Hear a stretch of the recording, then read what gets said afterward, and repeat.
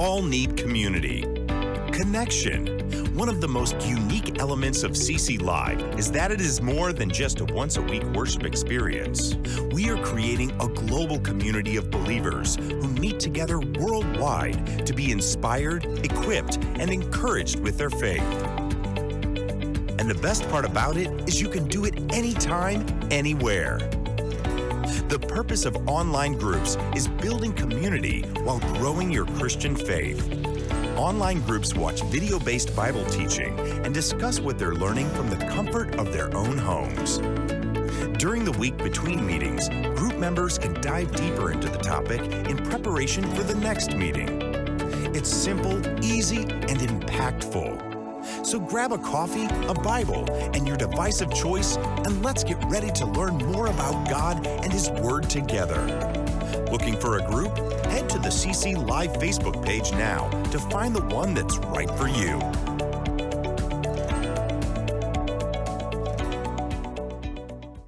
Are you on Spotify? If so, be sure to check out our worship playlists by searching for the playlist name, Worship at Christ's Church.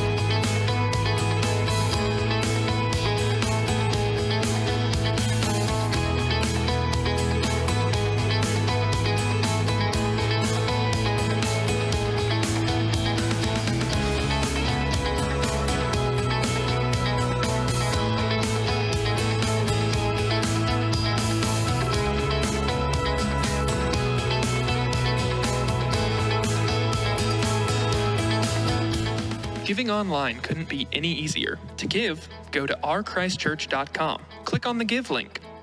On the Giving page, click on Give from Bank Account. Next, click on the link to PushPay. On this page, you can set up your one-time gift or set up a recurring gift. You can also make a gift by simply texting CC Mason to 77977. Click on the link you receive. Next, fill out your information and submit your gift.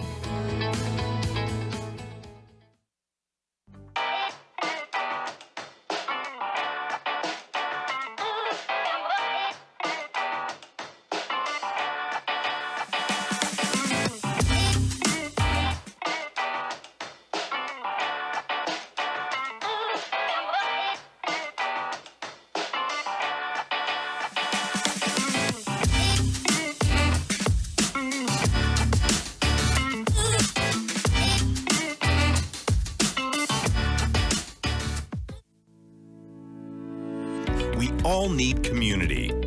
Connection. One of the most unique elements of CC Live is that it is more than just a once-a-week worship experience. We are creating a global community of believers who meet together worldwide to be inspired, equipped, and encouraged with their faith. And the best part about it is you can do it anytime, anywhere. The purpose of online groups is building community while growing your Christian faith. Online groups watch video-based Bible teaching and discuss what they're learning from the comfort of their own homes. During the week between meetings, group members can dive deeper into the topic in preparation for the next meeting. It's simple, easy, and impactful. So grab a coffee, a Bible, and your device of choice, and let's get ready to learn more about God and His Word together. Looking for a group? Head to the CC Live Facebook page now to find the one that's right for you.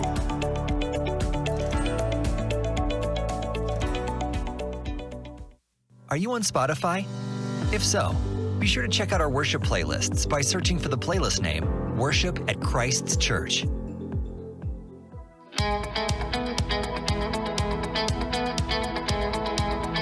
Giving online couldn't be any easier. To give, go to ourchristchurch.com. Click on the Give link. On the Giving page, click on Give from Bank Account. Next, click on the link to PushPay. And I just can't believe just a stranger. Acting like we never met, faking like we just forget we were lovers, and now there's nothing left but sweat. There's no your hands haven't been. Ain't it funny? 'Cause now there's nothing left but sweat. Blah blah blah blah blah blah blah blah blah blah blah blah. Now there's nothing left but sweat. Blah blah blah blah blah blah blah blah blah blah blah. Now there's nothing left but sweat. Love me till the day I die. Surrender my everything, 'cause you made me believe you're mine. Yeah, you used to call me baby, now you're calling me by name. Takes one to know one, yeah, you beat me at my own damn game. You pushing, I'm pulling away from you. I giving you take. Young blood, see you want me. Out of your life, and I'm just a dead man walking tonight. But you need it, yeah, you need it all of the time, yeah. Young blood, see you want me. Back in your life, so I'm just a dead man crawling tonight. 'Cause I need it, yeah, I need it all of the time, yeah. Lately our conversations end like it's the last goodbye. Yeah, one of us gets too drunk and calls about 100 times.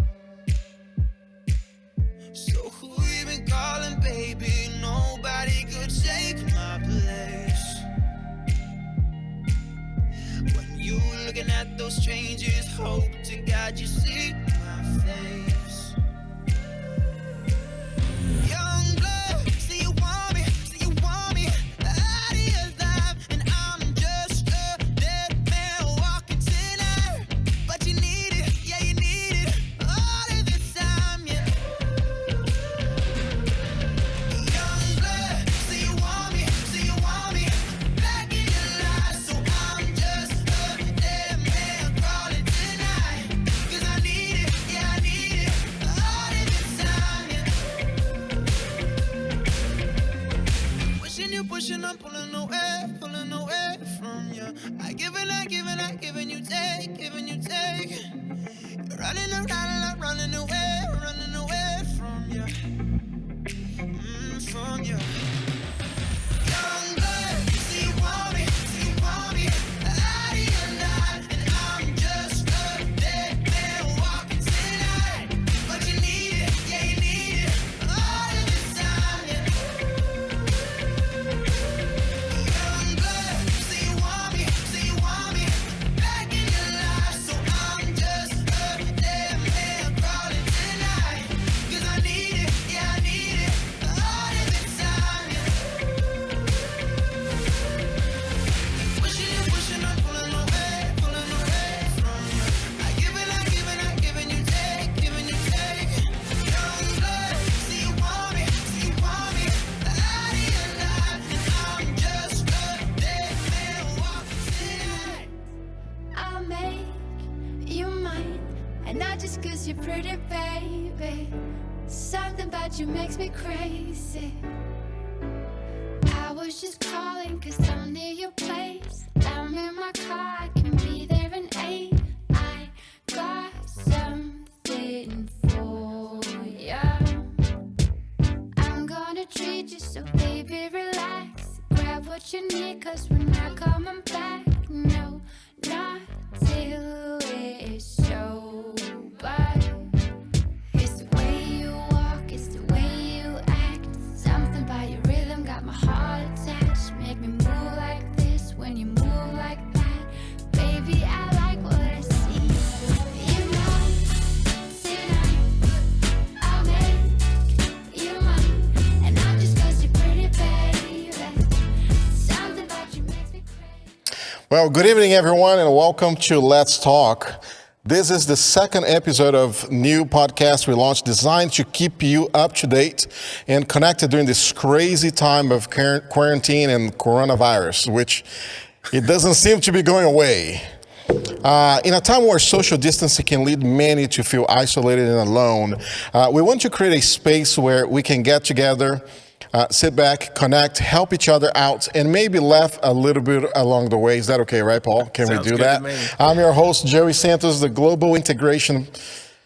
Let me just call myself the online pastor. That global integration is way too complicated. I'm the online pastor here at Christ Church, Mason, Ohio. I want to welcome everyone. I want to welcome our special guest, Paul Carpenter. Paul, how you doing? Hey, I'm doing great. Thanks for having me. Good to see you again. It is. It's has fun been to a while. be. We know each other now for what, 2 years? Yeah, two and a half. I mean, I'm here in Mason for 2.5 years. Yeah, that'd be about right after you got here. Yeah, I was forced to take a profile to work here. Yeah, I think most people are, if you get in my life anywhere, you're kind of forced to take a profile. I hate to say it, but it's magic, so it's good. I was forced. Paul, tell us a little bit about yourself.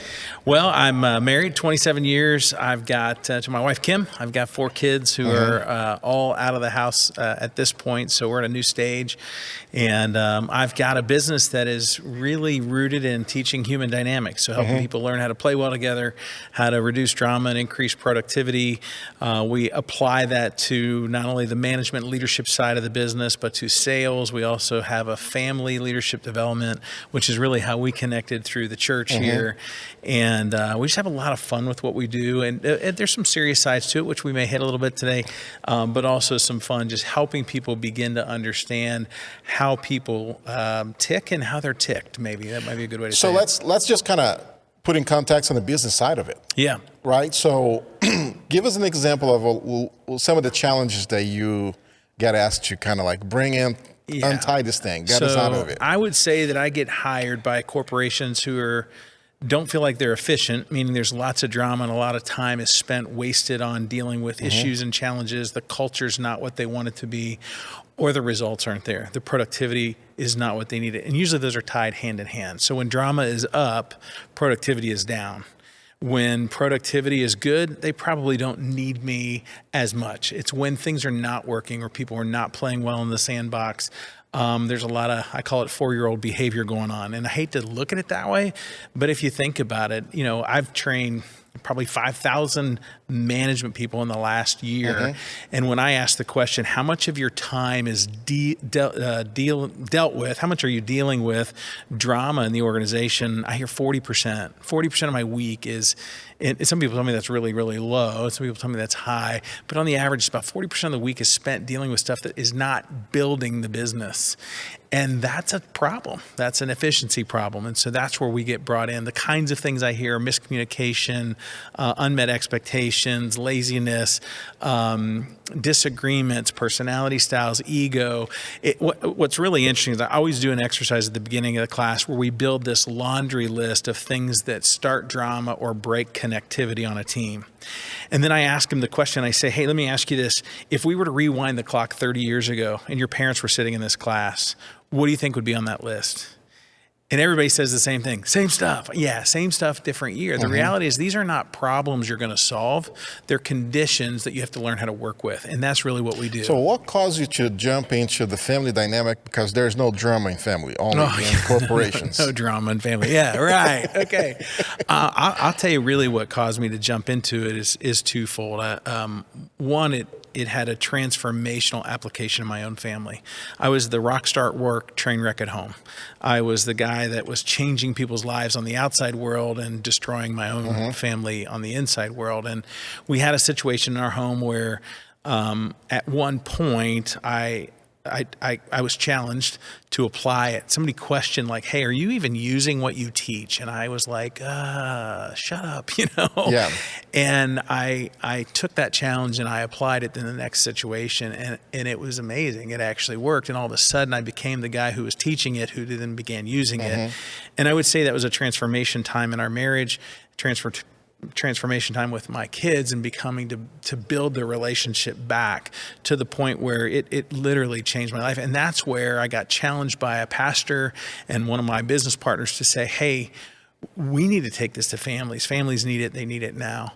And that's been a phrase that's kind of lingered on. I think, throughout the last 6, 7, 8 years, we've tried to take this out and get it to families because the drama at home, there's no filter. There's a lot going on. Well, I just imagine, I got, my family, 2 boys, 11, 13. One is here. Yeah. He wants to come check it out, see how it works, podcast. And he got his own YouTube channel. He likes to record himself doing all this gaming stuff. And but now kids are home full time. Oh, yeah. And families are home full time. Yeah. During this time. Yeah. And I think for us to kind of start this conversation with family, I'm thinking, man, one, we don't know when this is really going to end.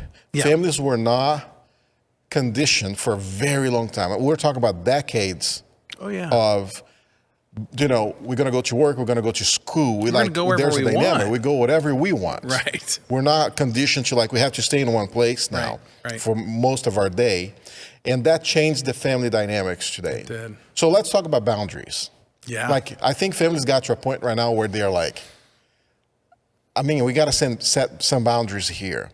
So using, in your opinion, how can families create and maintain a healthy boundaries, especially during this stay-home situation? Well, anytime there's a major change, so whether it's you sent a kid off to college and then they're coming back home to live with you for the next summer, they've been introduced to a whole lot of freedom, and then they come back and you kind of go back into parenting them like they were a young kid.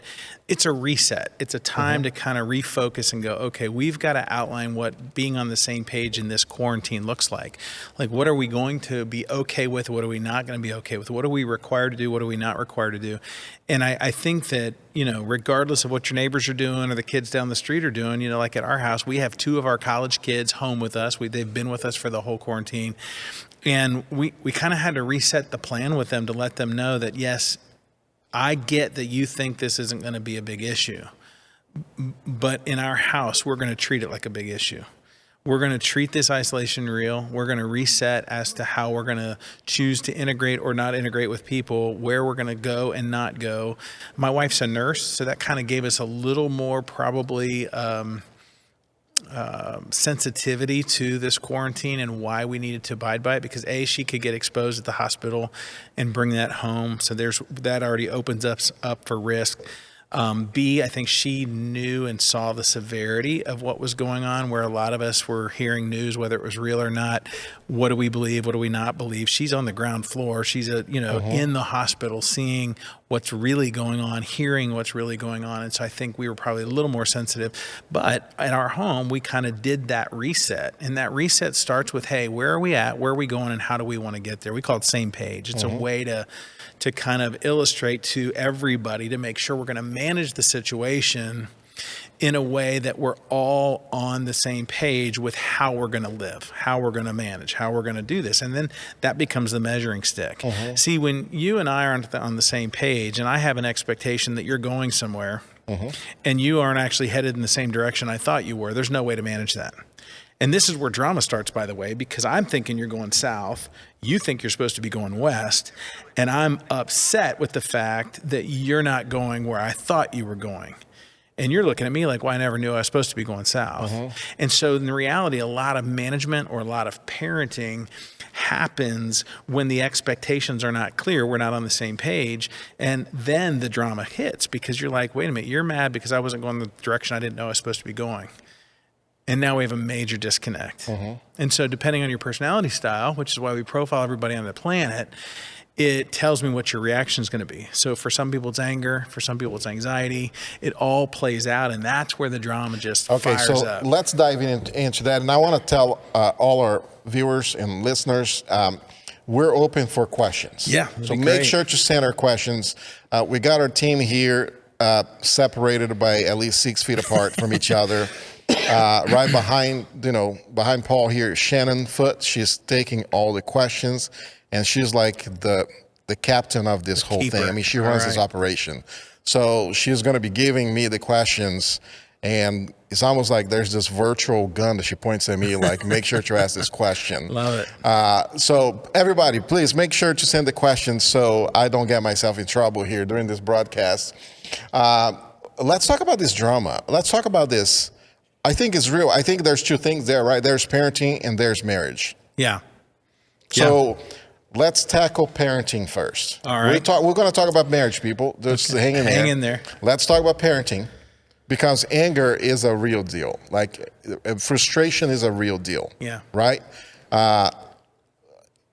Where's the breaking point here? At what point we tell the kids, or how do we prevent from getting to the point to tell the kids, shut up, I'm done with you?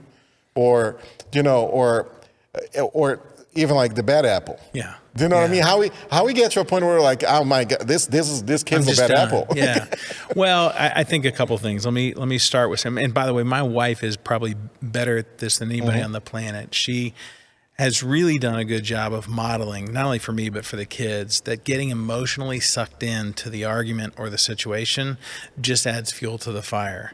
Now, saying that out loud, a lot of people are going, yeah, how do you not get emotionally sucked in when your kid is disrespecting you, rolling their eyes, grunting, looking at their phone, not all of these laundry list of things I hear from parents that they're dealing with.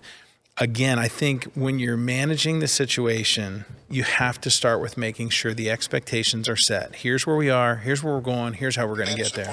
And I think the thing that you've got to also look at is not waiting to try to determine that path when you're in the fight. Like, you have to set that up in advance. So, for example, if you're like, hey, I want to manage this situation. If the kid's not, like, I had a mom called me today and she's like, hey, I got a lazy kid. I'm sick and tired of it. And I'm about ready to just come unglued on him. And I said, well, what's going on? She's like, well, he just doesn't listen. He won't look up from his phone. He grunts at me. He's disrespectful. And I know I nag him. She said, I nag the heck out of him.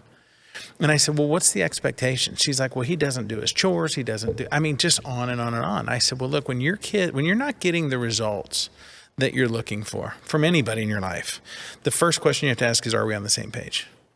Now, if you're on the same page and you're not getting results, but you're not enforcing those outcomes, that's not actually a kid problem. It's a parent problem.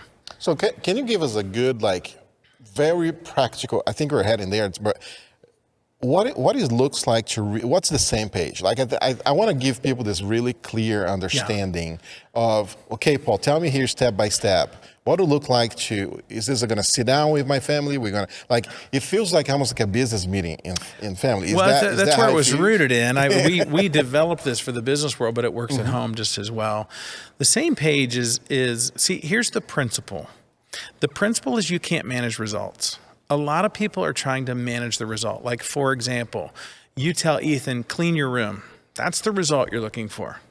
Now, same page says, does Ethan know that your definition of clean room means A, B, C, D, E, F, G, and his definition is just A and B? So his definition, shove everything under the bed and slam the closet door. Your definition is shoes are where they're supposed to be, clothes are in the hamper, clothes are hung up, books on the shelf, all of those elements. See, if you're not on the same page, none of this matters. Like, you trying to manage him, it's just going to be a fight every time. So the first step you have to ask is, I wonder if Ethan really understands what dad means by I need a clean room. I need you to have your room clean. So I say that, well, if you don't know if you're on the same page, then test it. And here's how you would test it. Let's pretend you're Ethan and I'm you. I'd say, Ethan, hey, look, here's what dad knows. Your room's not clean. Are you aware of that? He's like, well, it's clean. No, it's not clean to my definition. So let's see if we're on the same page. I want you to grab a piece of paper. And I don't know if you can put this on the screen or not, but I call it a bar napkin exercise because it is simply taking a sheet of paper or a bar napkin and drawing a line a third of the way down and a third of the way down. And what you put up in the top is the issue. You say, here's the issue we're dealing with. And the issue that we're dealing with is your room is dirty, your room is not clean. And down here you say, this is the result we're looking for. And you outline clean room, which means what? And then you define it. What does a clean room look like? And then in the middle, we put what's called the path, and we call it a path to leadership because this is what leaders do. And I say it's A, B, C, D, E, F. Now, if you want to give that to Ethan because you're the authority, you can just give this to him. You don't have to ask his opinion. But I always like to involve people and let them give their 2 cents because A, they might have some better ideas than you. And B, when you let them touch it, there's a sense of ownership to it. And so he puts his sheet together, you put your sheet together, and here we have the opportunity to see if we're on the same page. Now, Ethan's sitting here, so I could have him and you look at each other together and say, if you defined clean room and the way you get a clean room, and he defined it, would they look the same? Probably not. Yeah. So right now, what we would encourage you to do is come to an agreement of what it looks like. And then what you do is you say, hey, here's the deal. See, if you're managing the situation, you say, Ethan, I need your room cleaned by 5 o'clock tonight. You walk up in the room at 5 o'clock. If the room's not clean, what's your reaction? It's going to be bad. You're angry because of your personality style. Yeah. You've got that red. That red's going to fire up and going to be ticked that he didn't get his job done. Now, the problem is this. How much time did you have to fix it? None. It's 5 o'clock. Yeah. So now the anger gets even further exasperated, right? And so all of a sudden, he's in trouble. And in his mind, here's the problem. What if he thought his room was clean? See, when you're not on the same page, so what you do is you just outline it. You say, here's where we are, here's where we're going, and here's how we're going to get there. And there's 2 critical things you have to check in that middle situation. You have to check and make sure his ability and his effort are there. Does he have the ability to clean his own room? Sorry, my pen's not too good here with that finger. His ability to clean the room, is it high or low? Is his effort high or low? So if the classic example I give in the business world is I had a client call me at one point. He said, hey, I don't think your system's working. We had a guy that we hired 2 weeks ago. He was the manager at a factory down the street. He's got 9 years experience. We brought him in. We put him on the forklift. We told him exactly where we wanted the pallets moved, and he wrecked it, $9,000 worth of damage. He said, we're on the same page. And I said, well, let's kind of go through it. What do we know? Well, 9 years of experience. He was the foreman at another factory. We brought him in here. We thought he had all this experience. Very first day, he gets on the forklift trying to move 2 pallets to the back, drops them both, $9,000 for the damage. I said, okay, well, when you checked whether or not he could drive a forklift, confirming his ability was high, what did that look like? And he said, well, I just assumed he knew how to drive a forklift. I said, yeah. And see, when you don't confirm the ability, you may not get to where you want to go. Well, it's kind of funny. You mentioned that because I could have given you a really real life experience here. It just happened a few weeks ago. Tuesday nights is where we put the trash out in the driveway, the end of the driveway, right? We just take everything out. So that has been Ethan's responsibility. Right. Just take the trash out, kid. And so I said, Ethan, what day is today? It's Tuesday. I said, make sure to take the trash out. Right. But that was the first day that I asked him to do by himself, because before that, you did. I was doing with him, like we're going out to do it. So that was like, make sure to take the trash out. Well, that's the same verbiage that I use when I ask him to take the trash from the kitchen to the garage. Right. Take the trash out. Take the trash out, which is what I did, Dad. Exactly. So, Wednesday morning, I wake up and I don't see the trash can out in the driveway. Right. And the trash, the truck already came and it's gone. And I really came pretty, red hot back to him, and I was like, what happened? Exactly. I mean, it's not that hard, is it? Right. Right. I mean, it's Tuesday night. Get the trash out, out. Yeah. And my wife actually brought up to my attention. Yeah. That because we did his profile. Yeah. And she said, well, you need to walk him through it. He needs thorough instruction. Exactly. You need to walk him through it. And so at that point, then we talked through it, and I was like, well, you remember. So the following week, I said, Ethan, what day is today? Tuesday. Do you know what it means to take the trash out? Well, and in fact, I would take that a step further for most parents, especially early in the instruction phase. So if you're just now transferring that job to him fully, instead of saying, do you know what that means, yes or no, test him. Just say, hey, tell me what it looks like to handle the trash at our house. What do you actually do? That's the whole train, test, and trust. Correct. That's how that works. Yeah, yeah. And that's a whole program. Yeah. I can give you the overview, but the idea behind it is we're going to train him and model for him what the job looks like, which it sounds like you did. Yeah.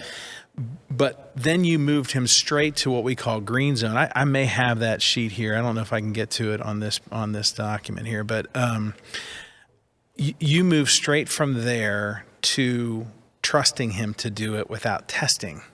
So when you test somebody, you have to be there for the test. So in your example, what you would have done is you would have said, hey, Ethan, I want you to get the garbage out. I'm going to hand this over to you.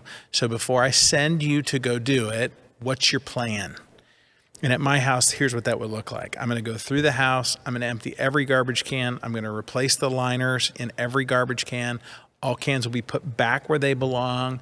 I will take all the garbage out to the garbage cans outside the garage, and I will haul those garbage cans down to the end of the street. And then tomorrow before 5 o'clock, those cans will come back to the house. By the way, we've done this routine, as you can tell, with our kids. And so he says all that. He repeats all that to you. You say, great. I'm going to watch this first time. And if you do it, now I can trust you. Now, if you ask that question and he doesn't answer it appropriately, he's like, I'm just going to haul the big can down to the garbage, down to the end of the street. He doesn't mention he's going to go through the house and collect all the garbage cans in all the rooms and everything. Then you would know that the training has not stuck. And so you would just go back to training. So that's great. We got a lot of people watching right now, and I want to encourage, if you're a parent, if you agree with Paul, if you disagree with Paul, let us know. Go in the chat room, let us know, ask questions. Like I said, I got the question police right here ready to give me, to send those to me. But this is exciting. Now, we got a question here about family conflicts. Like, people are asking, how do you recommend people navigate through family conflicts, which is not exclusive to the coronavirus season. I think it's just increased, right? It's just like a little elevated because everybody's on high alert. Like, it's more than Thanksgiving Day now. Yeah. Right. So how do you recommend people navigate through conflict? Well, I would say that there's a model that we use. It's called LEAD.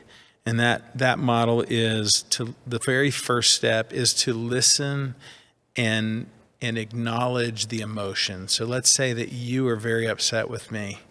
I would say, hey, Joey, it is very clear you're upset. You're disappointed. You're anxious. You're angry, whatever the emotion I'm seeing. And by the way, you can either say it to the person who you're feeling that emotion from, or if you have the emotion, like, for example, when he didn't take out the trash.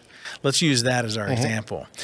The way you handled it was one way. Yeah. You got mad, you probably yelled or talked to him very directly. The way we would promote that is to begin with, hey, Ethan, I need you to listen to me. I'm very upset. I'm acknowledging the emotion.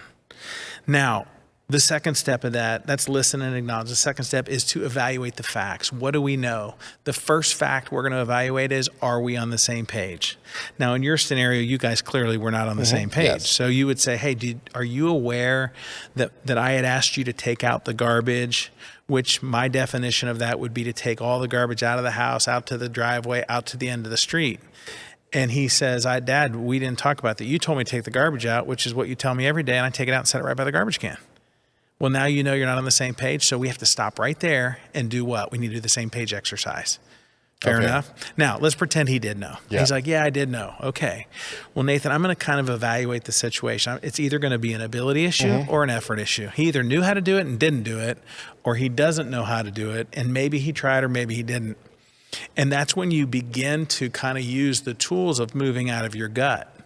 And again, I don't know that I can give you all of that in a short window of time, but the whole idea behind moving from gut to guideline and using this process of train, test, trust is to help you, what we say, color up a situation to realize if his ability is high, but his effort was low, we need to test him and we need to motivate him and we need to build into the relationship. And so that third step of this is to assess the situation and then assign the right steps. And then the last thing is Paul, to decide the lead. I'm not lying to you. Like, I won't lie to you. I'm surprised with my reaction with him because in the church, I'm the most relational guy on the staff. Yeah. So true story. Yeah. I'm just the most relational guy here. So but see, you're energized by results and you didn't get the result you wanted, True story. which is what created the reaction. Yeah. See, when you're not getting the result or the relationships. See, each of the 4 colors has an energy that what drives them, what motivates them. And when you're not getting it, the reaction hits. Well, interesting. Now that's very, very powerful. And I like to see here in the chat room, we're getting some good reaction from people like, I wish I knew this yesterday. Yeah, thank you. Me too, just for the record. All right. My oldest son was 15 before we started using any of this. But it's interesting. Now, let's kind of jump into the marriage on that topic. Sure. Right? Because, let's just pretend for a second. I don't think conflicts only happen between parents and kids. Right. But conflicts in marriage is a real thing. Oh, yeah. And I keep picturing, you keep talking about the same page exercise, and I keep picturing, at some point, somebody has to give in, right? Like, I mean. Yes, I would agree with because in a conflict in a marriage, both sides are always right. Well, I would say that's more tied to personality than just husband and wife. I think that is certain styles want to be right about everything. Other styles think they're right about everything. What does the same page exercise looks like between 2 married couples? Well, I mean, so here's the deal. When you're a partnership, which I would think most marriages look at themselves, which means I'm not controlling you, you're not controlling me.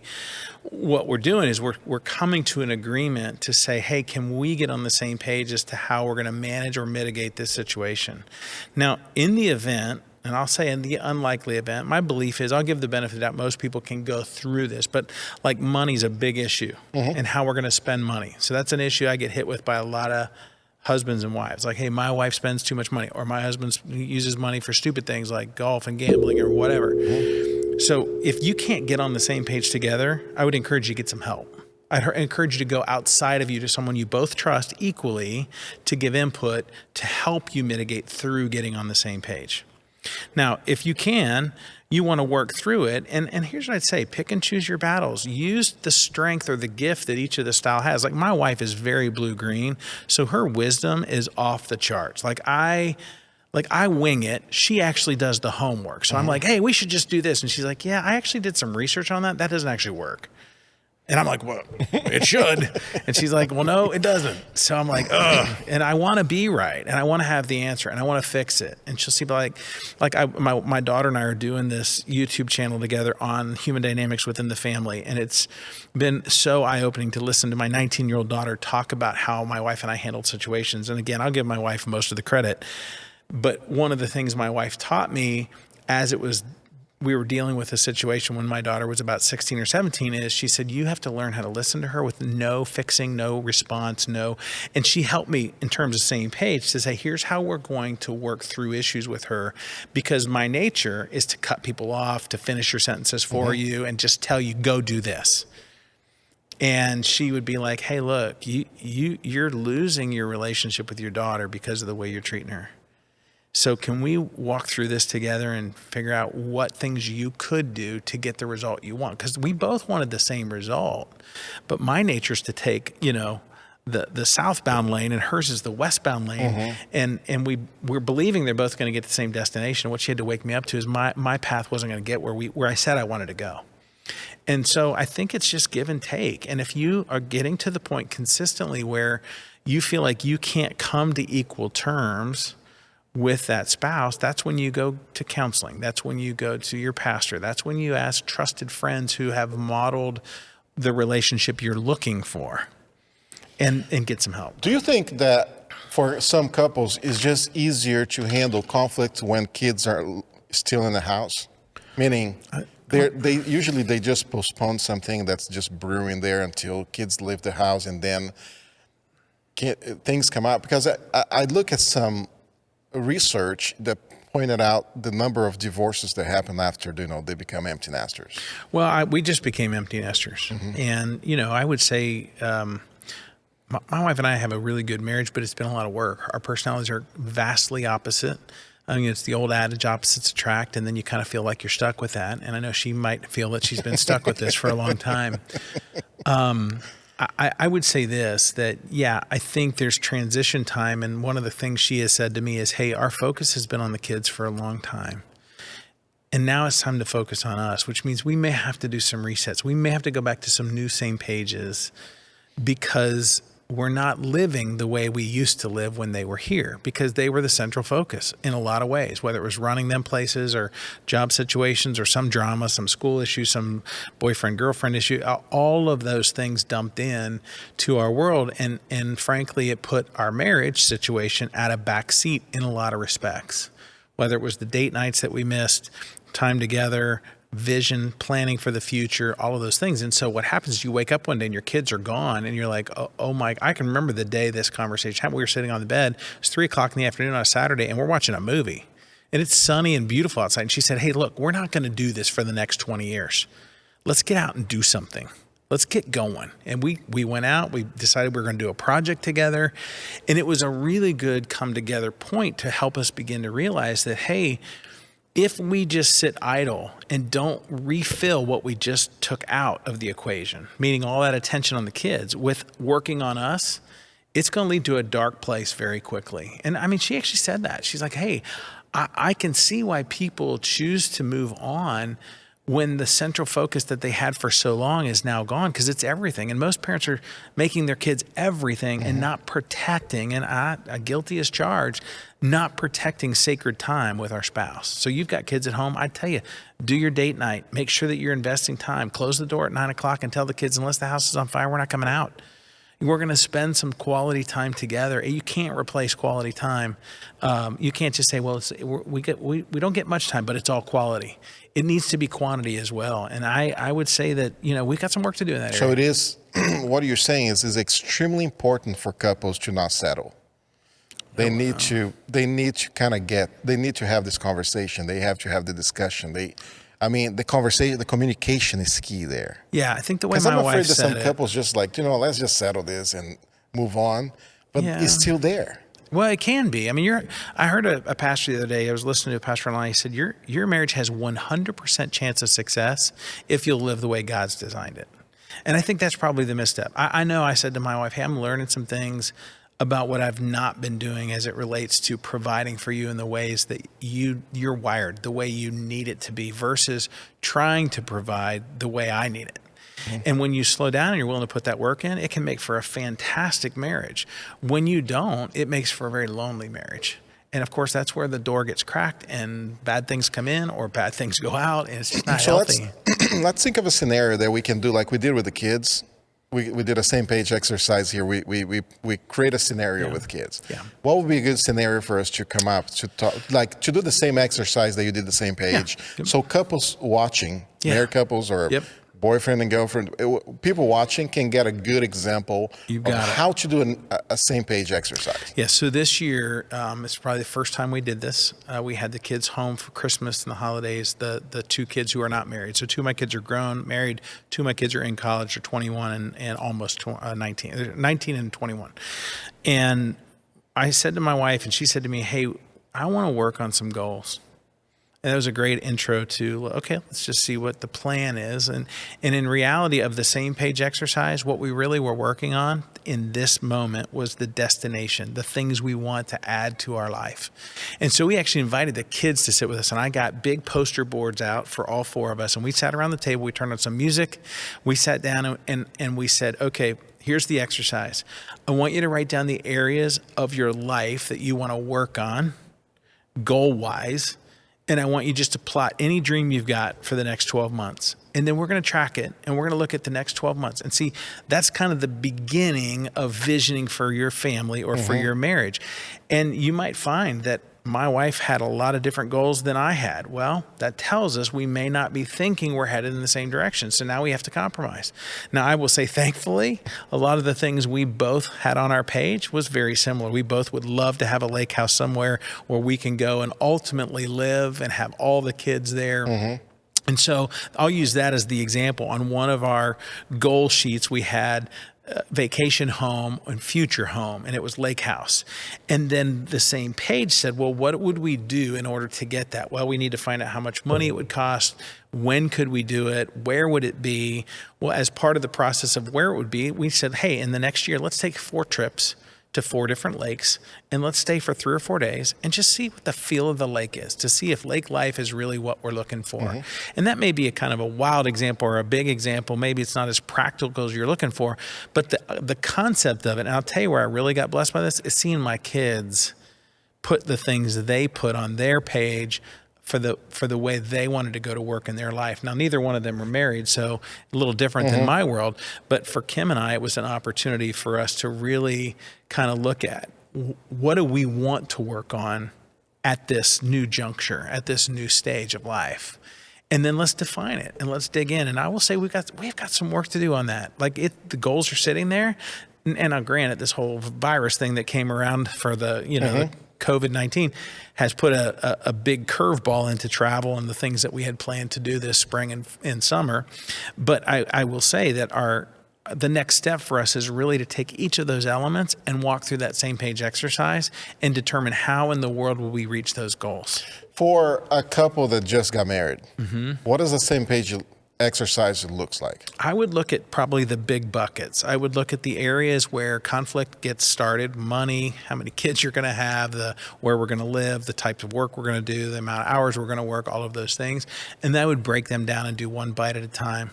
Don't feel like I was talking to a mom today and she's like, okay, I've got 7 things I want to work on. I said, hey, I got an idea. Start with 1. Just pick 1 and go through the exercise. And if you're not sure how to handle, like I had a young couple come to me at one point. In fact, I think they were here at an event we did here. And they said, hey, we both are not very good at money. We don't know how to get on the same page. And I said, great. First of all, thanks for owning that. That's awesome. Versus one of you thinking you know or acting like you know and you don't know. I said, so the first thing we would need to do is look around your church and let's ask, are there people in your church who are equipped to train you on how to handle your money in a way that you both can get on the same page? And they're like, yeah, we do financial peace here, Dave Ramsey's program. I said, fantastic. Do we have some people that you could connect with that could coach you? Because that's how you would get on the same page in an area you don't know how to do. I'd give you the credit or the benefit of the doubt to try it first. And if it's not working, get help. If it is working, live to that, manage it, track it, and see what the outcome is. Communication. Yeah. Family dynamics and communication. Let's kind of head to close talking about communication. Okay.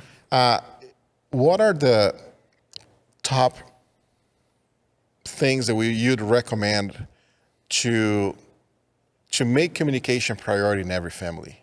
Doesn't matter if you're like newly married or if you're already married for 50 years, or are there things that's common for every family that they should prioritize when it comes to communication?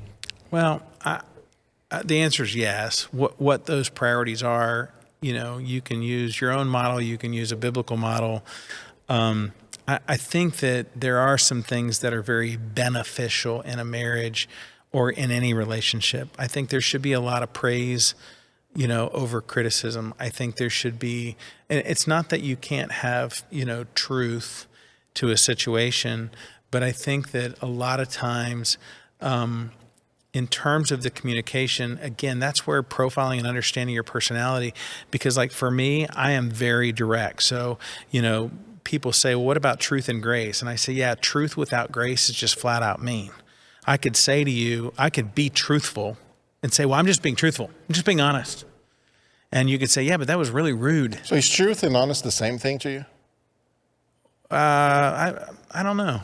I mean, when you say truth and honest. I mean, whatever is true to you may not be true to me, but if you're honest about it, it's one thing, right? I mean, you can be honest about how you see things. Yeah, that might be my opinion. That would be your opinion. Yeah, versus a that's fact. when I see this conflict when the people use the word truth and honesty. Yeah. Because truth became this catchphrase or whatever. Which is not a label, my perception of reality may be totally different than your perception of reality. That doesn't mean that I'm not being honest about what I see. Fair enough. Right? But the way I handled that reality, the way I handled that honesty, it's what matters. Well, I think the way my wife sums it up best is she says, are you putting the heart first or not? Like, do you care about me more than you care about being right? What I say is, when I go to say something, usually to my staff, Yeah. And I know it's going to sound mean. Yeah. I usually say, listen to my heart, not my words. And my wife says that to me all the time, and she tells me I'm horrible at listening to her heart, not her words, which I get. I don't get. I try to. I want to. But I think what I would say is that what she's really trying to promote here is, hey, look, if you are more concerned about being right in a situation than you are about the feelings of the people you're with, that's the misstep. And I think in communication, there are a lot of people who are bent on being right, even at the cost of the relationship. So does feelings matter in the communication? Oh, yeah, feeling definitely matters. But the question is, are you allowing the emotion to drive this? Are you allowing that's what I'm saying. See, truth, with grace is medicine for a marriage. I heard a pastor say this. Pastor Jimmy Evans says, truth and grace combined is medicine for a marriage. It's healthy. That is the healthy model for communication. Truth without grace is just flat out mean, and grace without truth is meaningless. Mm-hmm. Because if all I ever do is forgive you, we never really get anywhere. If all I ever do is hit you direct and straightforward, it's not very loving. But I'm 80% red, so that's who I am. Yeah, I got that. But here's the principle. Never let your style get in the way of your success. Okay. See, good leadership would say, like a lot of people say, hey, I don't like the president, or I don't like this person. Because his style's getting in the way, beyond a shadow of a doubt. Mm-hmm. Which is not allowing you to look at anything else that you see. So you might say, hey, I'm red. Well, you can't good leaders don't wear their style as a badge of honor. Mm-hmm. That what they do is they say, I'm wired this way, but I'm not going to allow that to get in the way of our relationship. That's what I think my wife's saying. Are you putting my heart, our relationship, over your need to be who you are wired in the way you're wired? And I think if you apply it, it brings reconciliation very quickly to any disconnect, any miscommunication. But when you stand your ground and you fight to win, and you fight the battle to put blame, or to my wife calls it going around the barn, where we just chase each other around the barn, and it's just unhealthy. One of the best things we've put into our marriage as it relates to conflict, when we, like, for example, you brought it up, you teed it up very well. You said, I think I'm right. Well, you think you're right. My wife will say to me, hey, it's clear we both are not on the same page as to what really happened. So we have an option. We can keep fighting on the past as to what we thought happened, or you thought happened, or we disagree that happened, and we can continue arguing about that, which, by the way, I'm not willing to do, she says. I'm stepping out. So if you want to keep talking to yourself about it, good luck with that. But what I am open to doing is looking forward and saying, what do we want the outcome of this to be? See, because we can't change what we did. And if we're at odds about whether we did it, or you said it, or I said it, or the way you said it, the way you looked at me, and then your mom, and it just goes to every nth degree, that is going to make you crazy in the relationship. Yeah. And a lot of people have gotten to that point, and they're throwing their arms up and saying, I'm out. I'm thankful my wife didn't do that to me. I'm thankful what she said is, hey, I'm just not going to continue with this unhealthy behavior. But what I am open to, let's look forward. Let's put a same page together as to how we're going to take it from here moving forward. If this were to happen again, what are we agreeing that we will do to handle this situation? And it's money. Paul, that's fantastic. Listen, tell us a little bit. I saw you post a video this week.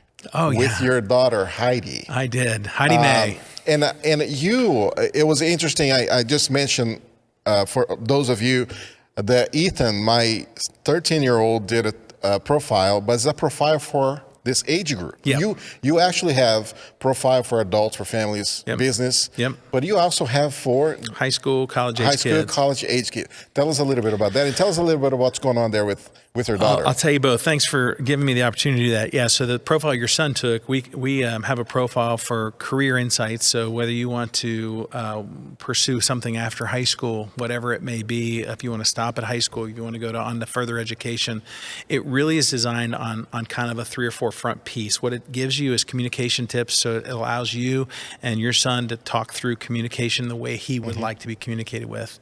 The second thing it will give you is study habits, which is fantastic for a high school student who's trying to understand how their style might impact the way they approach studying.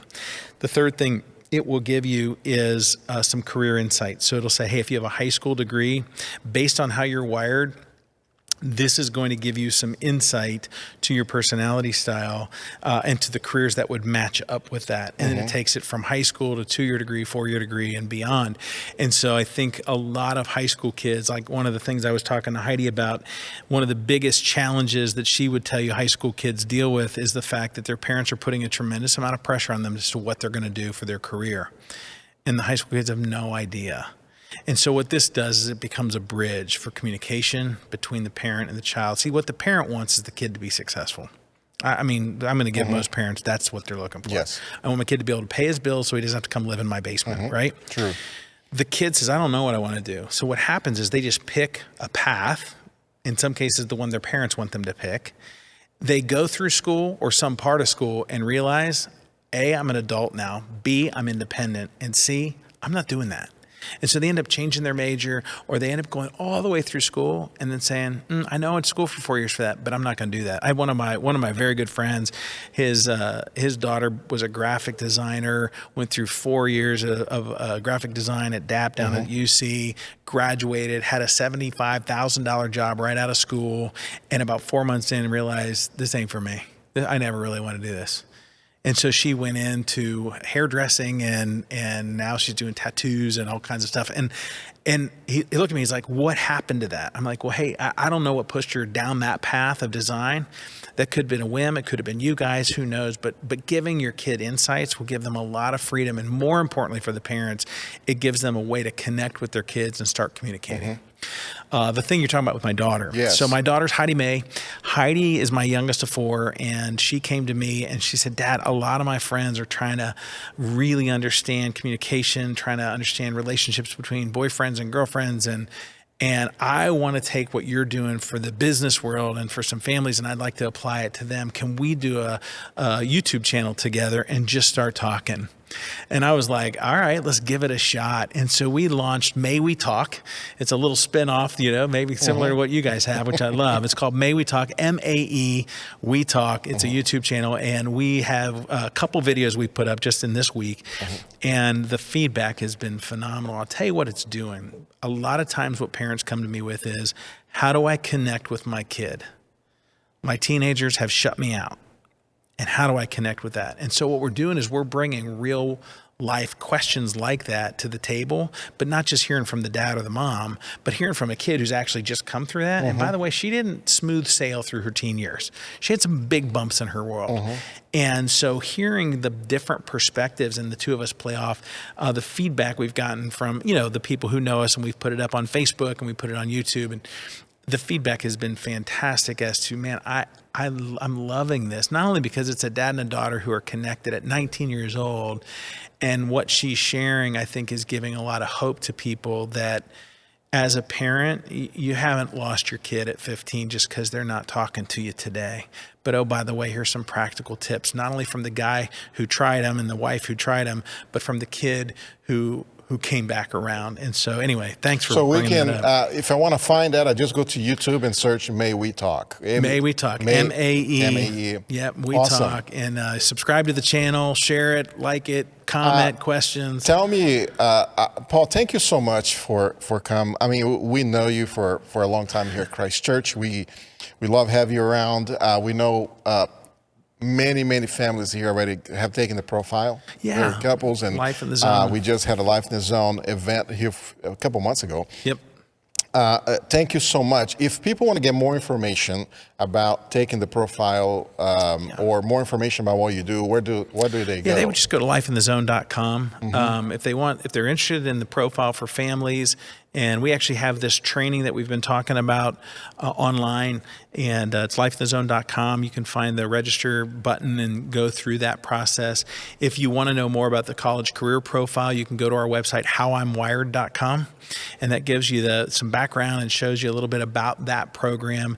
And then, of course, you can always connect with us on social media.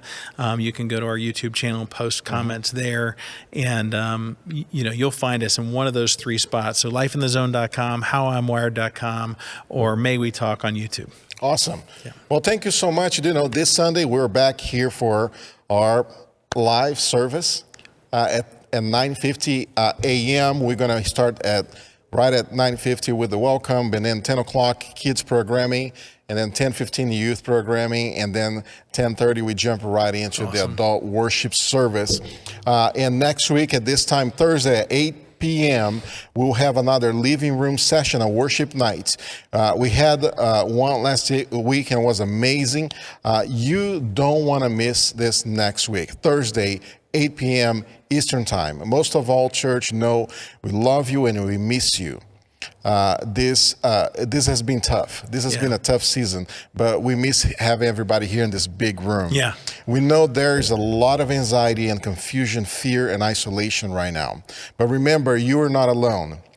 If you need someone to pray with you, we have a hotline, a number available. We're going to put that on the screen, and we're in this together. And don't forget that. Thanks, everybody. Thanks for the participation. Thanks for the questions. And Paul, we're going to bring you back. We're going to talk more about this. I love it. Thanks for having me. See you. Have a good night.